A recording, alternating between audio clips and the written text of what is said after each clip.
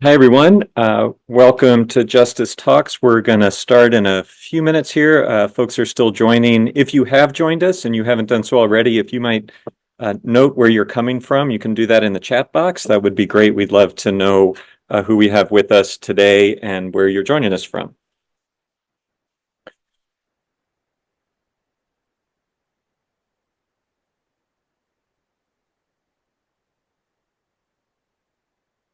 Right. It's good to see you all.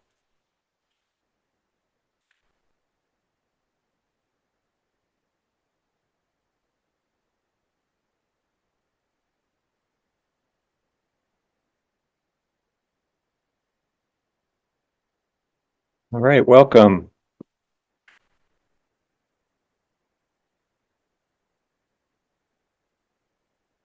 Great. So my name is John Hill. I use he, him pronouns. I have the privilege of serving as the Interim General Secretary here at the Board of Church and Society and want to welcome you to this session of Justice Talks. That's a Church and Society webinar series we've been doing for a few years now. You can find recordings of our previous videos on our YouTube page. I think Amber is going to place a link in the chat for your convenience if you want to reference those. And if you have questions during today's conversation, please use the Q&A box down at the bottom of your screen. We'll do our best to answer those questions either in real time or at the end of our conversation as appropriate. Today's conversation, we're looking forward, looking ahead at the next chapter of Church and Society, the next chapter of our United Methodist Church. We want to reflect a bit on the developments of General Conference, the newly adopted revised social principles, and of course, we're set to welcome new leadership both to the Board of Church and Society, new General Secretary, a new board this fall. And we're mindful that in the midst of all of this transition, our work, our mission, and ministry for justice and peace is as urgently needed as ever. How collectively we at Church and Society in partnership with all of you are able to bring about peace and healing in the midst of this broken world. So grateful for all that you do. And I'm very grateful that we are joined today by Bishop Julius Trimble, who is going to begin as our new General Secretary in September. I first met Bishop Trimble when he was a member of the Board of Church and Society a few years ago, and have the privilege of seeing his leadership both within the United Methodist Global AIDS Committee as the chair of the Council of Bishops Justice and Reconciliation team. He brings 40 years of experience with faith-based and peace and justice organizations, currently serving as the resident bishop of the Indiana Episcopal area, and previously served as the bishop of the Iowa Episcopal area. So Bishop, I'm so happy to be in conversation with you today and excited about the leadership that you're going to bring to Church and Society this fall. Thanks, John. I've been looking forward to this time together, and I just want to thank you for your 22 years or 22 plus years of service and your leadership. And it's an exciting time for the General Board of Church and Society and the work that we do with our ecumenical and interfaith partners. And I think it's a new chapter and a new time for the United Methodist Church. Yeah, absolutely. So as we start, we really can't talk about 2024 in the United Methodist Church, certainly, without talking about General Conference. I wanted to start just by asking you about your experience in Charlotte and your impressions around the outcomes of General Conference. Well, I'm still unpacking that and debriefing, if you will, with others around our experience at General Conference. Our time in Charlotte, North Carolina, I think was very rewarding. My impression of General Conference was that diversity of the church was celebrated as opposed to seems like always being negotiated. And that the legislation and worship and the reporting out pointed us toward a new day in the United Methodist Church, a more excellent way. And I celebrate, I think I'm quoting appropriately Dr. Ashley Bogan from Archives and History, who said, for the first time in 240 years, we no longer have discriminatory language in our book of discipline. So I really celebrate both the worship and the experience and the translation of that General Conference experience to our experience at Annual Conference, where we can really celebrate what does it mean for us to be a post-conflict church, not to suggest that there's no longer any disagreement among United Methodists, but that we can really focus on mission and focus on being a truly inclusive church. Yeah, one of the things that I was reflecting on about General Conference was both, and we're focused on some of the outcomes, which were really important, but also just the tenor and the spirit of the conversations and the fellowship, whether that was in the hallways, in the committee rooms, over meals. It's just an amazing time to connect with friends and colleagues, some of whom have been in ministry, longer than the 22 years I've been here, but just to connect with them and sort of hear their experiences and feel, like you said, as if all of those experiences were being celebrated, rather than negotiated. I love that. And it was just this kind of focused and faithful spirit. I think after the last few general conferences, there was maybe some skepticism whether that legislative body could actually advance us forward as a church. There was, the last two have been sort of difficult to say what the outcomes of those were in moving our church forward. We seem kind of stuck, and I think that Charlotte really reaffirmed that the General Conference can function, can find agreement, can find a path forward for our church, and make strong statements through the revised social principles, through a lot of other resolutions on the pressing justice issues of our day. So I was really grateful for that. Yeah, I have a confession. I mean, I have to confess that I shared a lot with folks that General Conference is often a bit overrated, but I had to come back and share with the folks I work with. I said I was wrong. General Conference is not overrated. That indeed, this General Conference we experienced tears, but we also experienced laughter, which was something I thought was often missing. Usually in a healthy church or a healthy community experience, there's tears and laughter, worship, praise, but often I thought there was there was a sense of true belonging and community at this most recent General Conference. So I apologize to anybody who's heard me say that General Conference is totally overrated. I confess I was wrong. So Bishop, after you got back from General Conference, I'm just curious how it was like returning to the annual conference and sort of how those decisions of the General Conference have been received in your annual conference. I think there was a positive spillover, if you will, from General Conference to our annual conference. We had our annual conference for the first time since I've been here in Indiana in a local church context. We were able to get all of our folks in at a local church. So our conference was held. We gathered under the theme of cultivating joy. This is in the Indiana conference. So we were coming out of a general conference, and we were able to gather under the theme cultivating joy. We are still not all on agreement on all things. So we are truly still United Methodist. I have a Christian conference theme, and I think more voices were heard at our annual conference. I mean, there was a diversity of voices heard, intergenerational, gender wise as well, sexual orientation. There were more voices heard at our annual conference than in previous annual conferences, and I think there was a positive spillover. That was a positive spillover from General Conference. Yeah. And by the way, I wanted to ask John, around some of the decisions that were made at General Conference, what has been the feedback that you have received or Church and Society has received based on some of the things that were actually adopted? Yeah, I think, well, certainly one of our priorities at General Conference was the revised social principles. And so there was great excitement that those were adopted almost in their entirety. There was one sentence that was modified to sort of accommodate and ensure that the language around marriage would be appropriate across all the contexts where the United Methodist Church exists. And so with that one minor change, they were adopted, and there was just a great sense of celebration. I think overall, and I'm saying this from my local church, there is just a sort of a sense of excitement that a page has been turned, that, as you said, disagreements are not all behind us, but that we are moving forward as a new United Methodist Church. There are lots of questions remaining, but we are writing this new chapter together that is both grounded in the gospel and actually reflecting the love of God for all of God's children. And so I think that is one of tremendous excitement.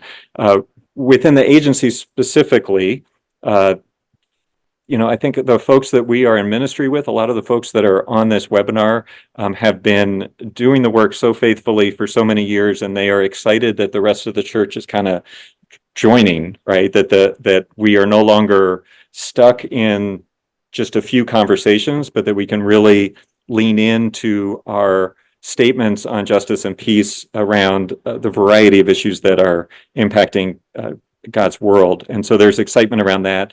And even though the official positions, the revised social principles, will not take effect until January 1 of 2025, people are already teaching them in their churches, right? Familiarizing themselves with them. We had done a lot of that work before General Conference, so folks understood and could interpret them in their local context.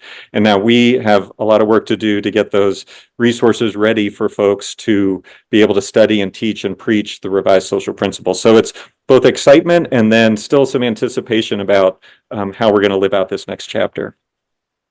Absolutely. So how do you, I guess one of the questions, we talk about the revised social principles, and I'm happy to share some thoughts about how this sort of will impact us at Church and Society. I'm curious from your perspective within the annual conference and connected, intimately with the local church context, like how do you think the passage of these new statements of the church, new positions of the church, is going to impact the ministry of those settings? Well, I'm hoping some of our participants today will maybe log in and put in the chats how that happens at the local church level. But I think the newly social principles may be a bit underreported, and I know part of our work is to continue to report the newly adopted, updated social principles. I think local churches and tons of younger and older members, John, really want us to be more assertive in the area of creation care. So I think this is welcomed. Mm-hmm. This is refreshing and welcome. And I think the focus on economic justice is a global concern. So I think the social principles at the local church and annual conference really will be embraced, particularly if we make them as accessible and user friendly as possible. Help with preaching and teaching resources. The removal of anti-gay language is not just about words, but barriers that we have allowed to prohibit belonging and trust. So I think in the local church and annual conference level, I saw that clearly at our most recent annual conference. There was as if there was a weight lifted from the conference. I even had some testimonies of people, kind of quietly, who were helping to resource our conference, were not United Methodists, and felt like, I'm so glad to be here and to be part of this annual conference. So the resolutions, not just the social principles, but some of the resolutions that we passed that call for interfaith and ecumenical work, I think will be embraced enthusiastically and have already begun to do that. A lot of United Methodists want to work on reducing poverty, addressing climate change, continuing the work that I've done with others in the Council of Bishops and with GBCS, work around welcoming migrants and the global migration crisis. So I think there's an eagerness. We need to do a lot of teaching. As my wife often says, we need to do a lot of basic 101 teaching on just Christian discipleship and what do United Methodists actually believe. And I think the social principles are a part of that. We often like to say, well, it's not law. Well, it may not be law, but it's lessons. And we need to be responsible for making sure that United Methodists have the lessons of what it means to be United Methodist and to care about these things that so often people outside of the church care about and aren't aware that this is part of who we are. Yeah, and when I think about it within the context of Church and Society, I referenced it a little before, the work that we're doing right now in terms of preparing resources for folks in some ways, and I kind of can't believe I'm about to say this, but the passing them is the easy part.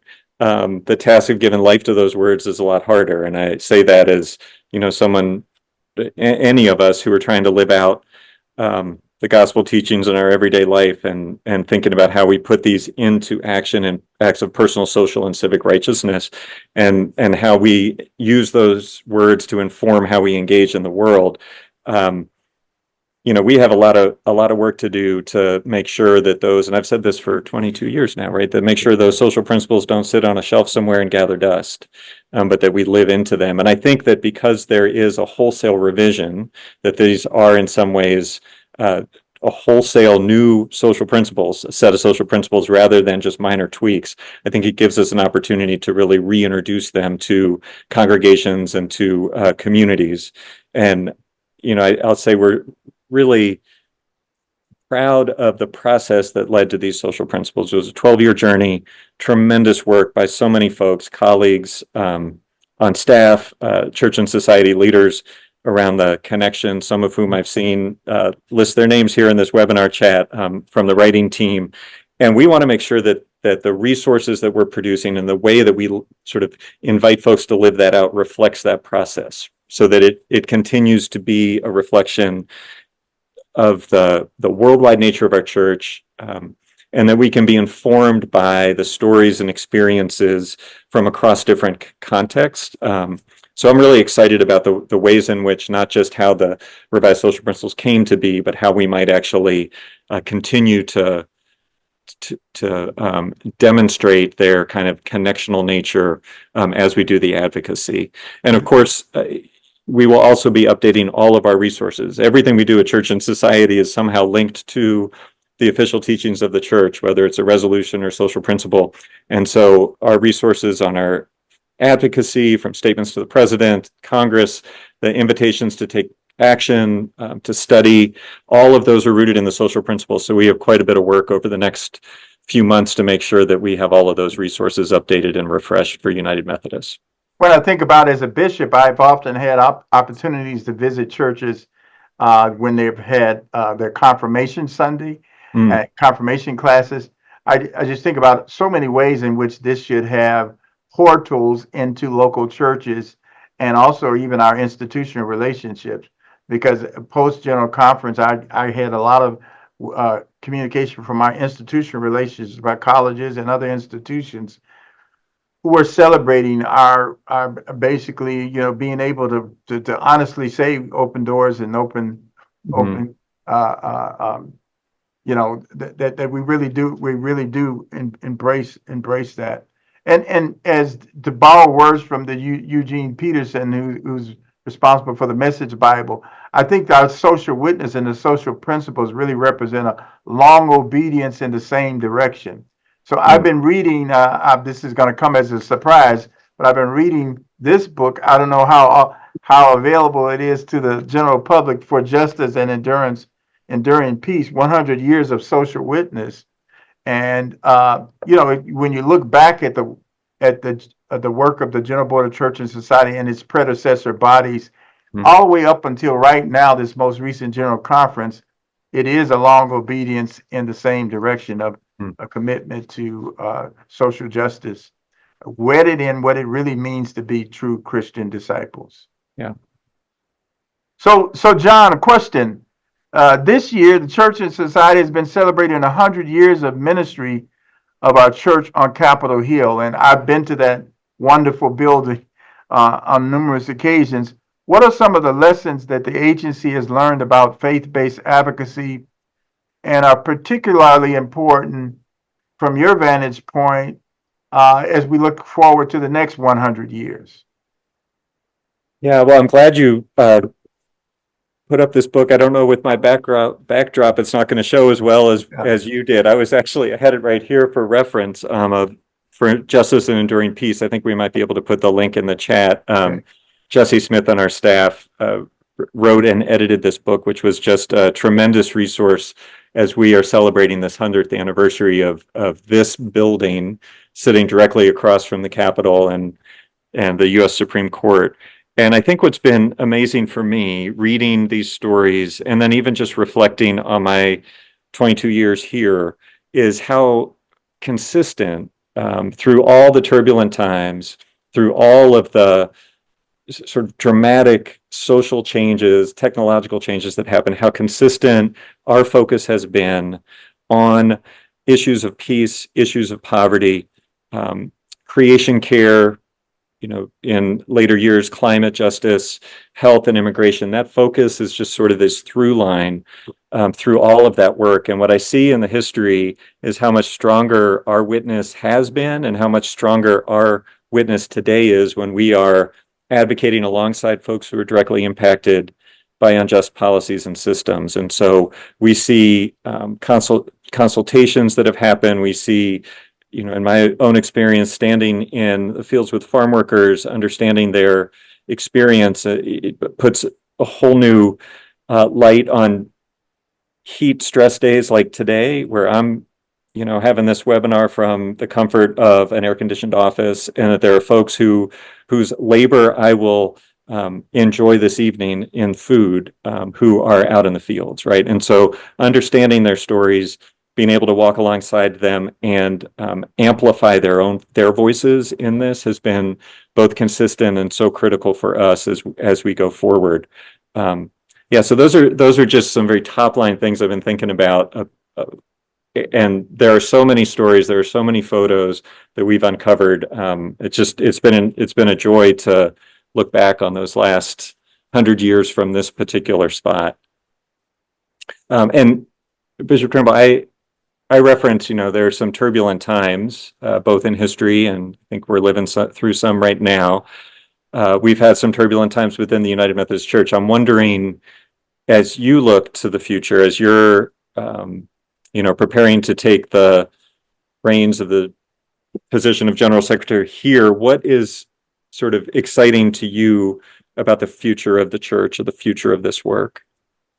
Well, there's a lot of things exciting about it. One is coming to walk alongside and work alongside some exciting and truly gifted staff persons and leaders at the General Board of Church and Society, along with the other boards and agencies where there's so much collaborative spirit right now in the United Methodist Church. So that's exciting in and of itself, bringing some of the history that I have for this work. And I loved when I was on the board for the General Board of Church and Society. I see so many signs of hope. I see that from my vantage point at the annual conference level. At the most recent annual conference, I laid hands on newly ordained deacon and elders, and I was joined by Bishop Douglas Sparks of the Episcopal Church of Northern Indiana.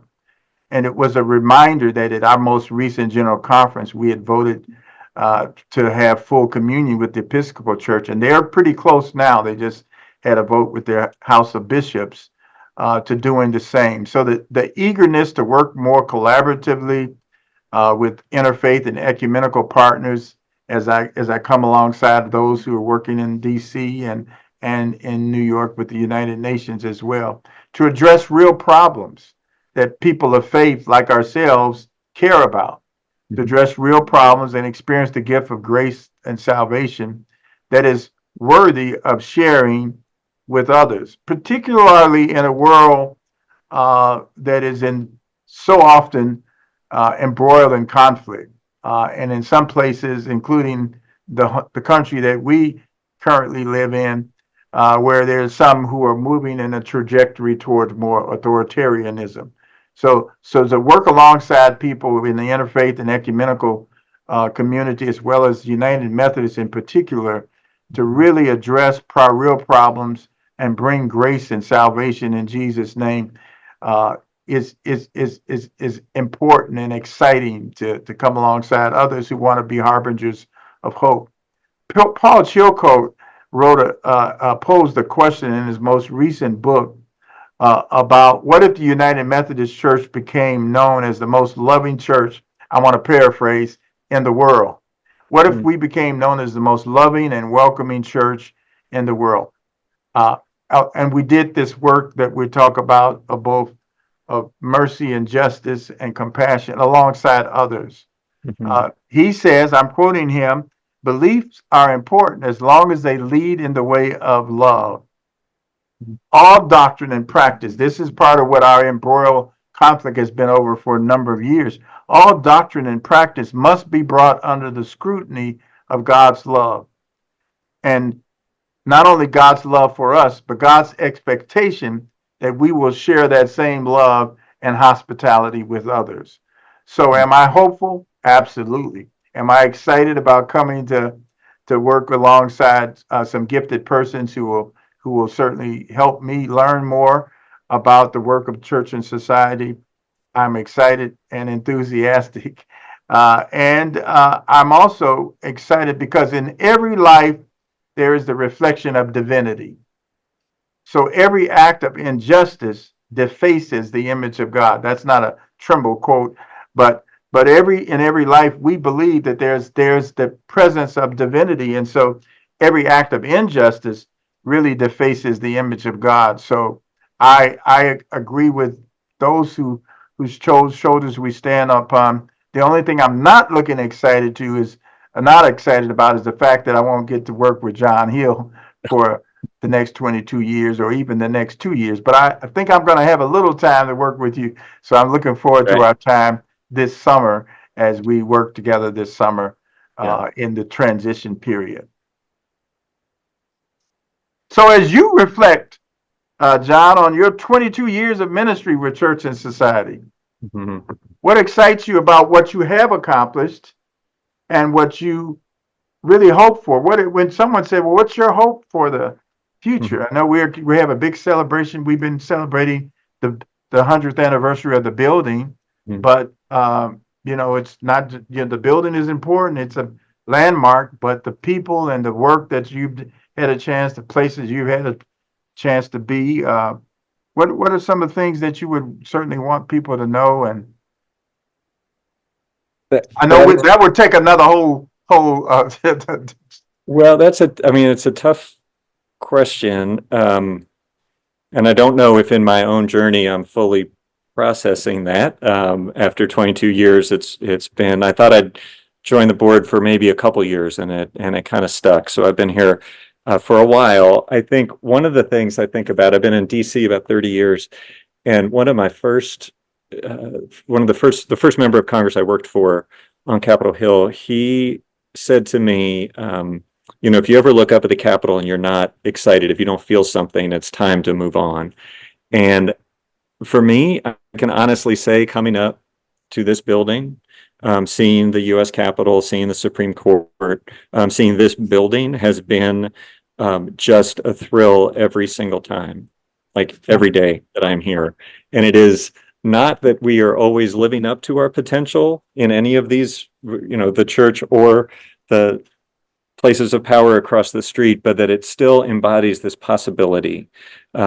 And I think about just the long legacy of folks who have come through these doors, either as staff or as seminar groups, who have been transformed and deepened in their own faith based on the work in this building.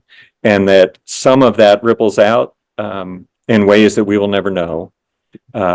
Some of that we see celebrated in leaders that were former interns in our staff, and policy changes that we have seen, sometimes incremental, sometimes life-changing. And so I am grateful that I have never grown tired of entering this space. And I think you were going to be so excited to be in this office, even on days that might be Supreme Court decision days where there's a lot of activity outside, and there's drumming and chanting and all of that can sometimes be distracting, but is always inspiring and keeps us sort of connected to movements beyond this space. So I'm excited because this work, which is so needed, I have only seen more and more folks engaged in this work, right? At a time when I feel like the overall church was very focused on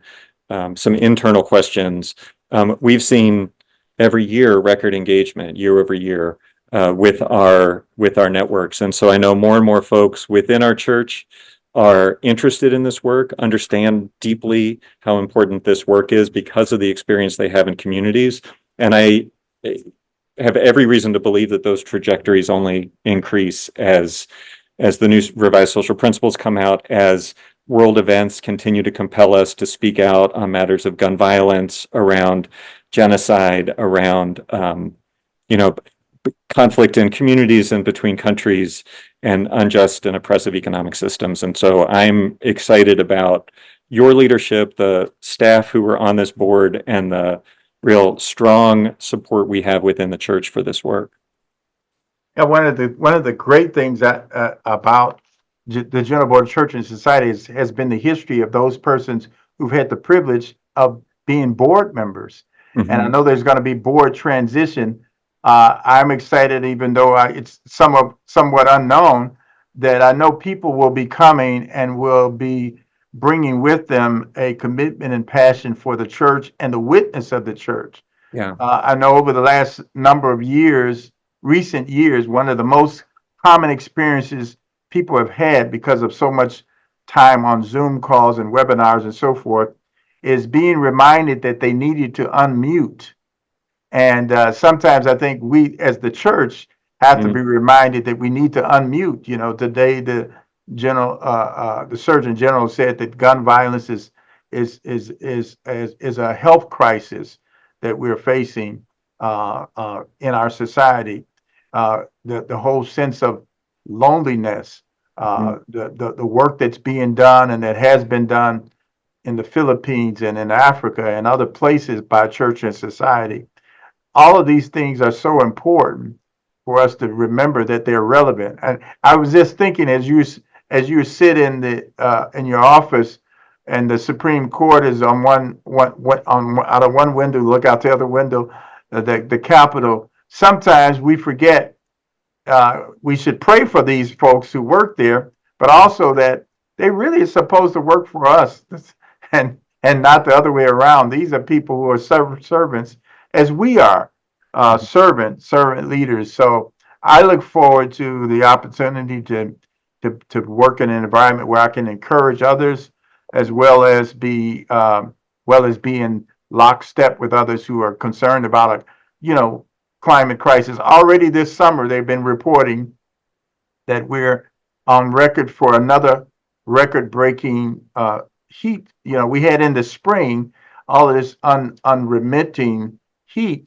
across not only this country but many other places across the globe. The unsettling of the climate, and to pretend as if it's going to just get better without both government and non-governmental participation we're just fooling ourselves. So this is an exciting time, but also a challenging time. And it was 1853, although Dr. King is often quoted as saying this, but it actually happened in 1853. I think the Reverend Theodore Parker said that the arc of the moral universe is long, but it bends towards justice. But I've heard it said in church and society that you need to have some people helping to bend that arc towards justice, and it need to be people of faith that are leading the way. Yeah. Well, and it's, you had asked me on the sort of like 22 years and what I've seen. There's something about knowing that, we're all interim in some way, right? We are here for a time, and to make the contributions that we can and leave the work for the next folks to pick up, right? That is not all for us to complete. And so I think when I look at this long story of our presence here in this building, and the staff who come before, and the volunteers, and those that will yet come, just thinking about what a privilege it's been to hold this space for this moment, and do in community with others, what we can for the chapter that we're in.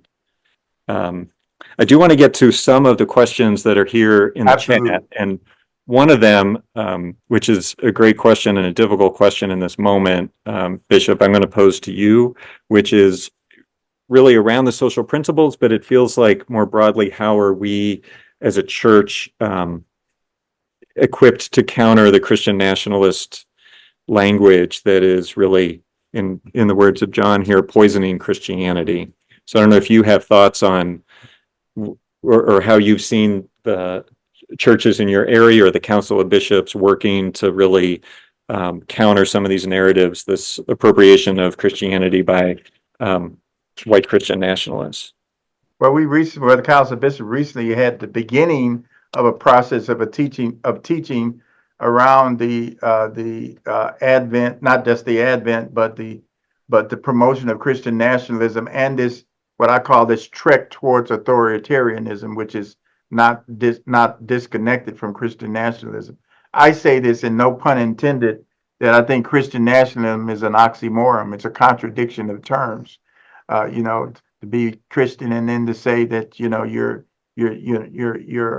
flag and your understanding of nationalism is more important than grace and mercy and compassion and inclusiveness.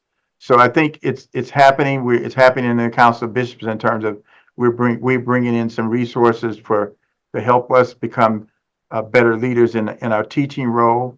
I think it has to be addressed at the local church level. Preachers need to be equipped on, how do you really unpack that and help people understand what is a faithful Christian disciple look like, and how do we grow in our Christian discipleship, but also be unrelenting in our call for justice and equality for all people, because Christian nationalism tends to bring a narrow understanding of Christianity that can be very exclusive, and there have to be certain enemies in order really to promote Christian nationalism.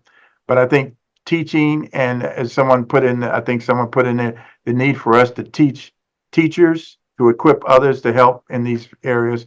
There are a lot of people that we work with, both. I think there was a webinar some time ago around this subject. Yeah, I was going to say, I don't know if Amber, who's doing all the background on this, if she's able to post in the chat, we need to make that available to people. Yeah. But I think good, solid preaching, if you use lectionary as well as the social principles, really is a good, what I call a good antidote or alternative to the promotion and promulgation of Christian nationalism. Yeah. I'm not an expert on it, but I've been exposed to a number of people who are really, and we have access to a lot of resources in the United Methodist Church that to help us to kind of help people understand that there's a more excellent way.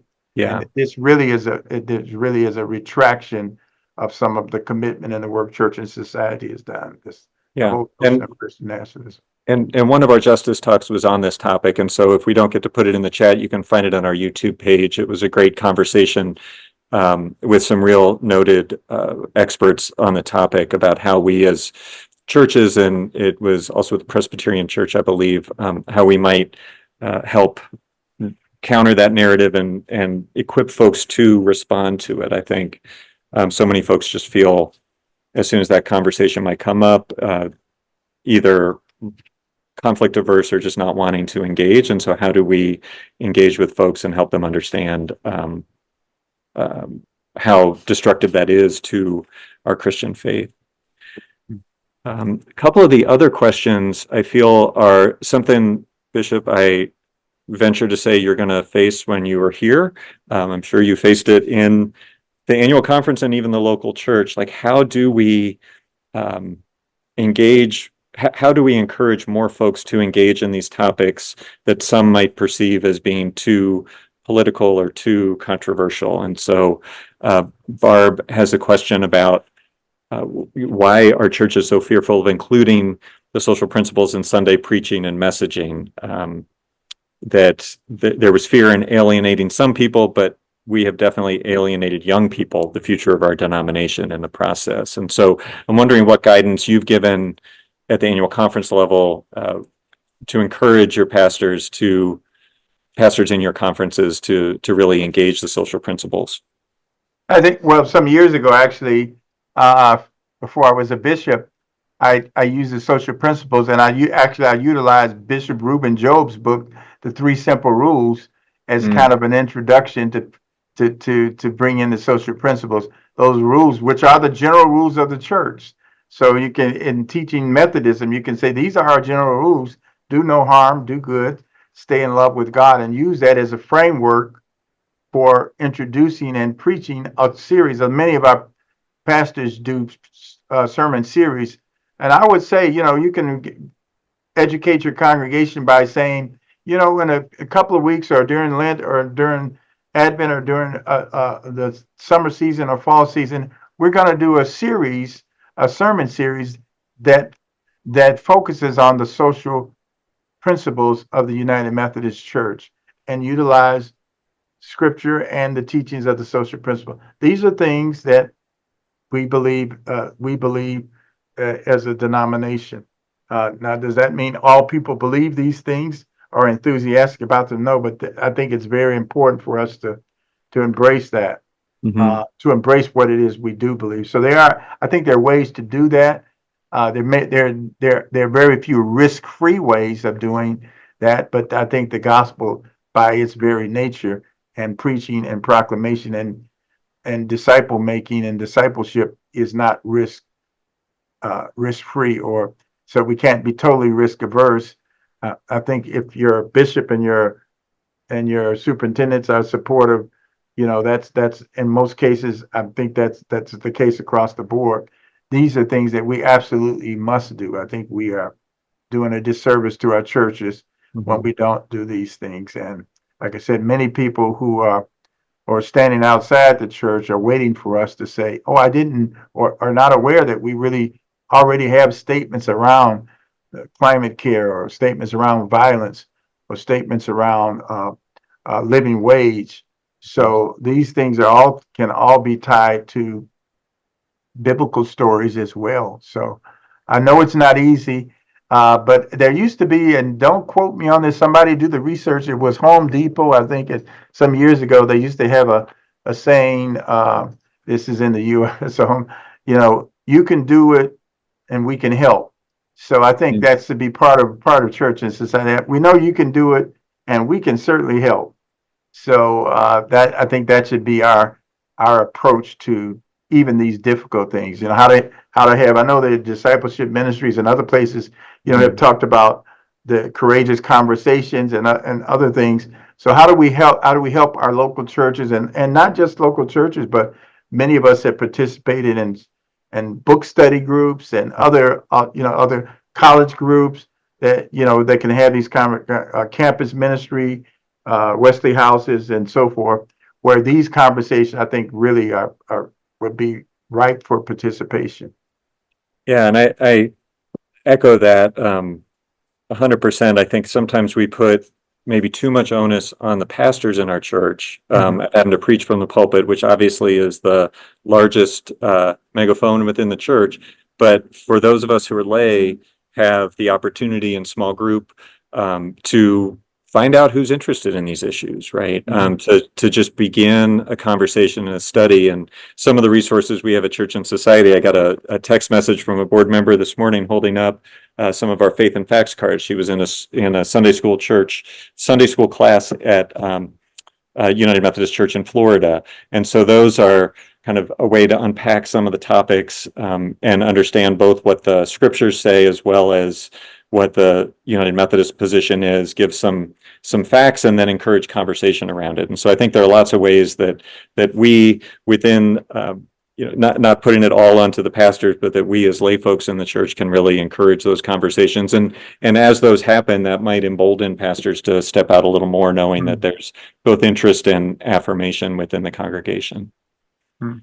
And this notion of we don't want to be political. Well, we're in the world, just by being world citizens.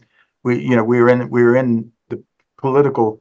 environment. So you can be political without being partisan. You can be participate, if you live in a democracy, a representative democracy, and don't participate, then we can become part of the problem, where we all become prisoners of whatever results for our non-participation. So I think our teaching and our embracing those things that we have said are foundational beliefs for us, and we are not alone in this. Most of the things that we embrace are part of the larger ecumenical and the Christian community and interfaith community as well. in terms of the things related to church and society.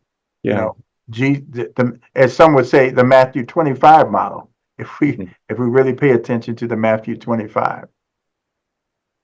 And looking at a couple of the other questions here, JD, I note your question about how we might partner with sort of equivalent bodies in Pan-Methodist communions, including the AME. I know that on staff, we have a pastor of an AME church, pastor from the AME church in North Carolina, who's doing a lot of outreach. And we, on our board, traditionally have one representative from Pan-Methodist churches as a board member that serves as a liaison and a connector. So we're always looking for opportunities to do that. Bishop, I don't know if you have any comments on that, either from the council's perspective or how you've lived that out at the conference level. Well, we have, we definitely believe that we should be in partnership with our Pan-Methodist partners. I've been participating in the Children in Poverty initiative that the Pan-Methodists have embraced, and which really originated with United Methodists, but they have continued to lift that up as a missional focus in the Pan-Methodists. In the Council of Bishops, we many of us participate on annually, and some more frequently than annually, in a gathering of Pan-Methodist bishops, where we lift up those things that we hold in common. One of which happens to have been the focus on our respective bodies addressing poverty, particularly as it relates to children in poverty. So I think that's something that should continue and only be strengthened as I onboard and participate in this next season, or this current season, of the General Board of Church and Society. Mm-hmm. And one of the other questions, I want to be mindful of our time here, but one of the other questions comes from Mel, who is, I think Mel met me on my first week here at Church and Society some years ago, so we've known each other for a few years. And he's asking whether you're going to be attending the UNFCCC COP talks. And I'm not going to put you on the spot on that, but just for folks who aren't familiar with the United Nations lingo, that's the United Nations Framework Convention on Climate Change. And they have the annual Conference of the Party meetings. This upcoming one in November will be the 29th meeting. This is the body that generated the Paris Agreement and is implementing those commitments from all of the countries to try to reduce emissions and support climate vulnerable countries, including through climate finance and financing the loss and damage fund. So that's something that I've been working on. And Mel, I assure you, I'll be doing transition work with Bishop Trimble, and we'll be sure that we are supporting folks there. One of the things we have done when we think about our presence at UN gatherings is making sure that we are very privileged to have accreditation to be in those spaces. And so we get an allotment of badges each year for a variety of conversations, but to make sure that we are both present in the sense of being advocates in those space, and policy folks in that space, but also making sure that folks who are from impacted communities, and over the course of our time on the climate work, those might have been folks from the Philippines or from the continent of Africa, making sure that they are, or here in the US, I should add, making sure that they are present to tell their story, because so much of those conversations focus on the technicals and the science, and sometimes are disconnected from the lived reality and the experience. And so making sure that those voices are there to help inform those outcomes. So that's something that, Mel, I assure you, I'll be talking to Bishop Trimble as we do transition work to make sure that our focus on that work continues. Let's see, Amber just put another question in here.